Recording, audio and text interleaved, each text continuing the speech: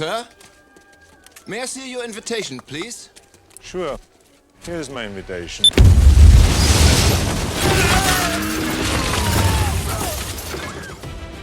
Arnold Schwarzenegger's career is one of those Hollywood stories that feels almost too amazing to be real. He went from bodybuilder to global superstar, from monosyllabic killing machines to lovable comedic leads, and somehow made all of it seem like the most natural progression in the world.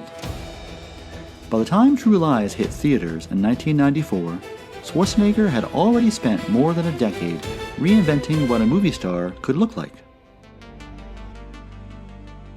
But what makes True Lies such an interesting and honestly pretty satisfying moment in his career is that it doesn't treat him as either the action god of the 1980s or the surprisingly charming comedian of the early 1990s. And it pulls it off. In fact, the movie works because he pulls it off. In that sense, True Lies might not be the most iconic Schwarzenegger movie, but it's the one where all the pieces of his career finally snap together. Maybe that's why it's my personal favorite.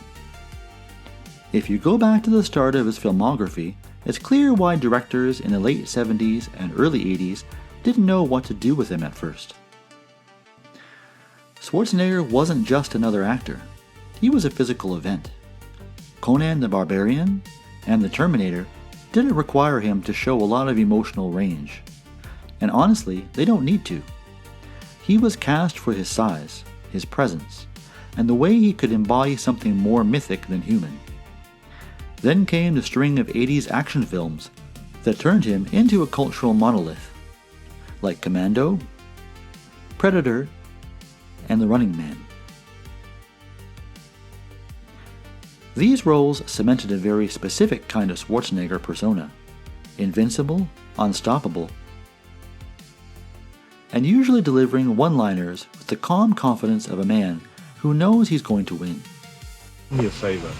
Don't disturb my friend. He's dead tired. The flip side, though, is that this persona put him in a box. Audiences loved the spectacle, but there's only so far you can go when every character is defined primarily by a deadpan stare and a giant machine gun. Here's looking at you, Dwayne "The Rock" Johnson.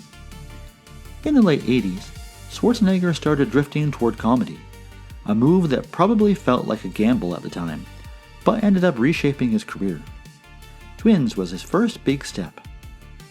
It didn't just show that he could do comedy, it showed that he was good at it. The surprise on audiences' faces, this huge, intimidating guy being sweet, goofy, and earnest, became part of the charm. Then Kindergarten Cop arrived and blended humor with the toughness people already associated with him. He wasn't stepping away from what he'd built, he was expanding it. Even in something as strange as Junior, you can see him learning how to use his face, his timing, and his whole physical presence for laughs instead of intimidation. And something unexpected happened when he made his turn toward comedy. He became more charismatic. Schwarzenegger had always had presence. He practically invented a new category of it. But in these lighter roles, audiences suddenly saw him as approachable rather than merely awe-inspiring. Comedy loosened him up. He smiled more, reacted more, let himself look confused and overwhelmed without worrying it might dent his action hero image.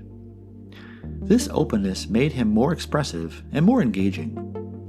By the early 90s, he wasn't just a spectacle, he was likable in a new, very human way.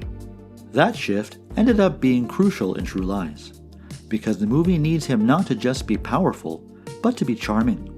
Someone who can convincingly play a spy, a husband, and a guy who occasionally gets in over his head.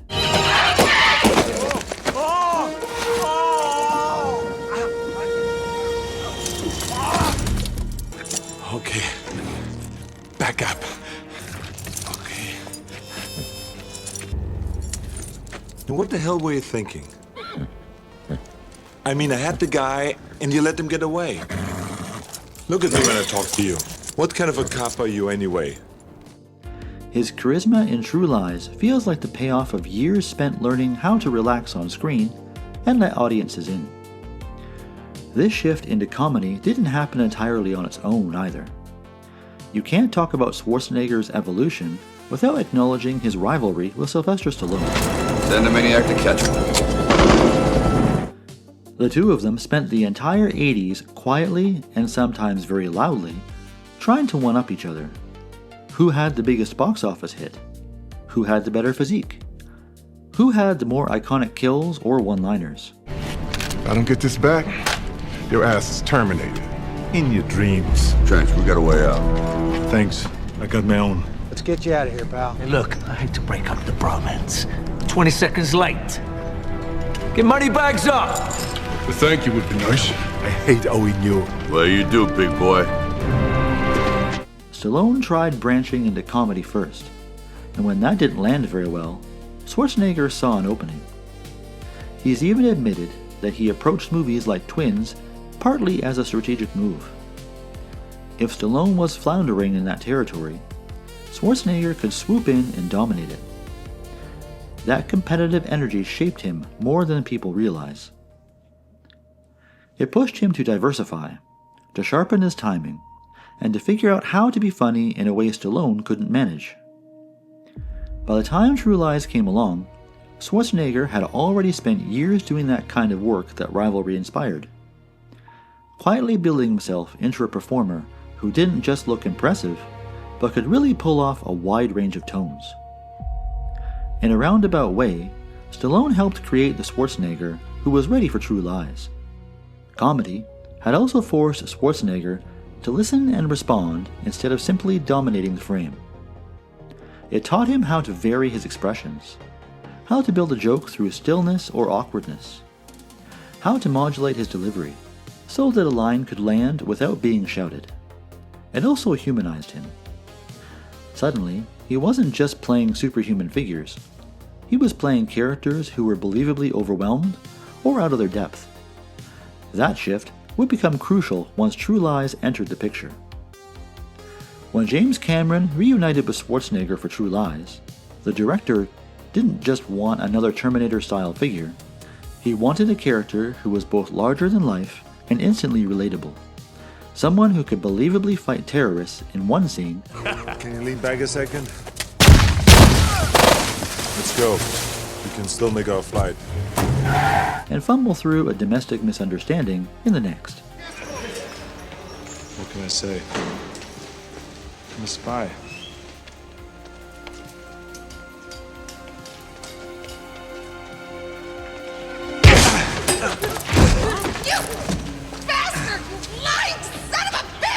Sorry, honey. Oh, don't you call me honey! You don't ever get to call me honey! And can't you understand me, you pig?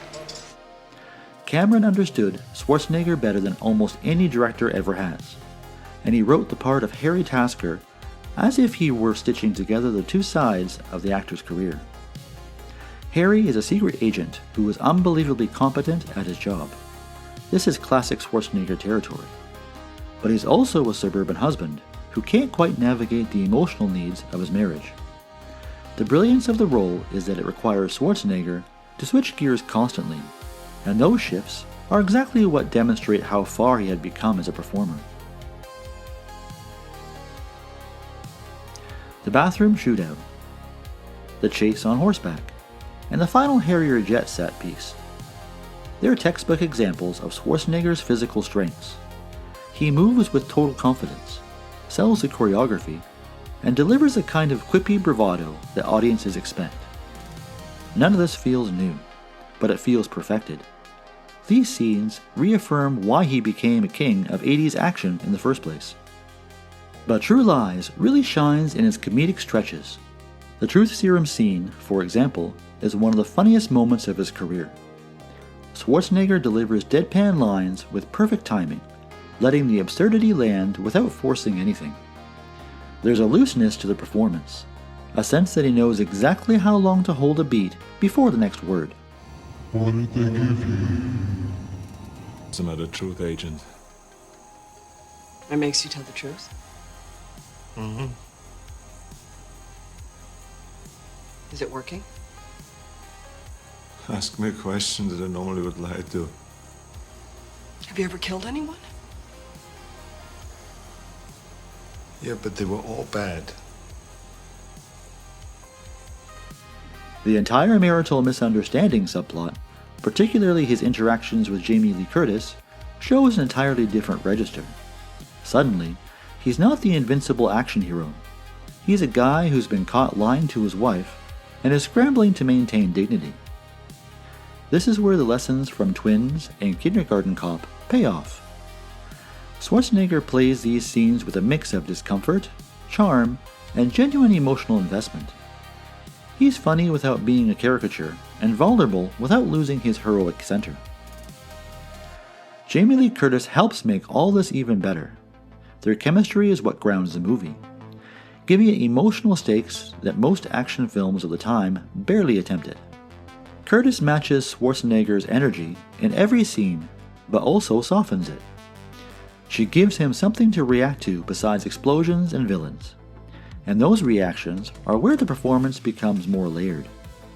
You can see moments where the superhero facade slips, and what's underneath is just a guy trying to figure out how to be honest with his wife. This blend of action and comedy doesn't feel like a juggling act in True Lies.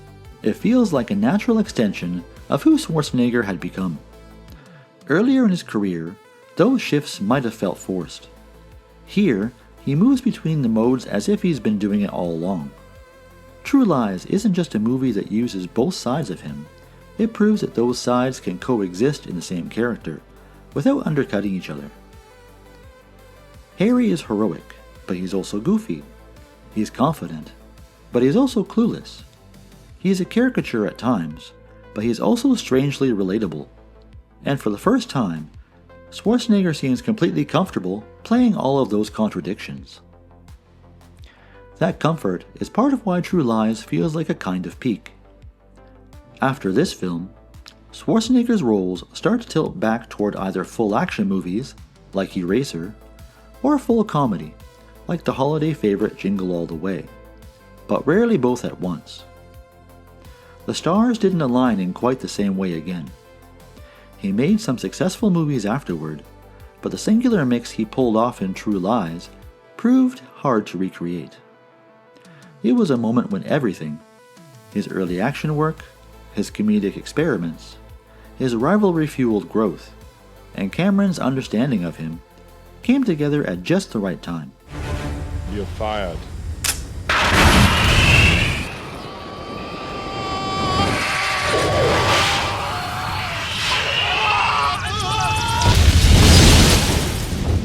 What makes True Lies peak Schwarzenegger isn't just that it showcases everything he does well, it's that the movie feels like the culmination of all the risks he took on the way there. He had already mastered the art of being the unstoppable hero, he had already surprised audiences by being genuinely funny, but True Lies is the first film where he gets to be all of it at once.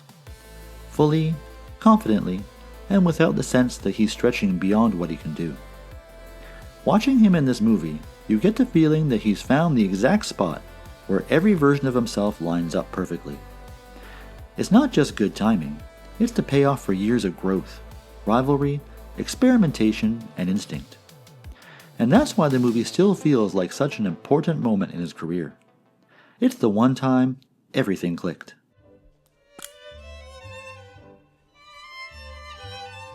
Dance?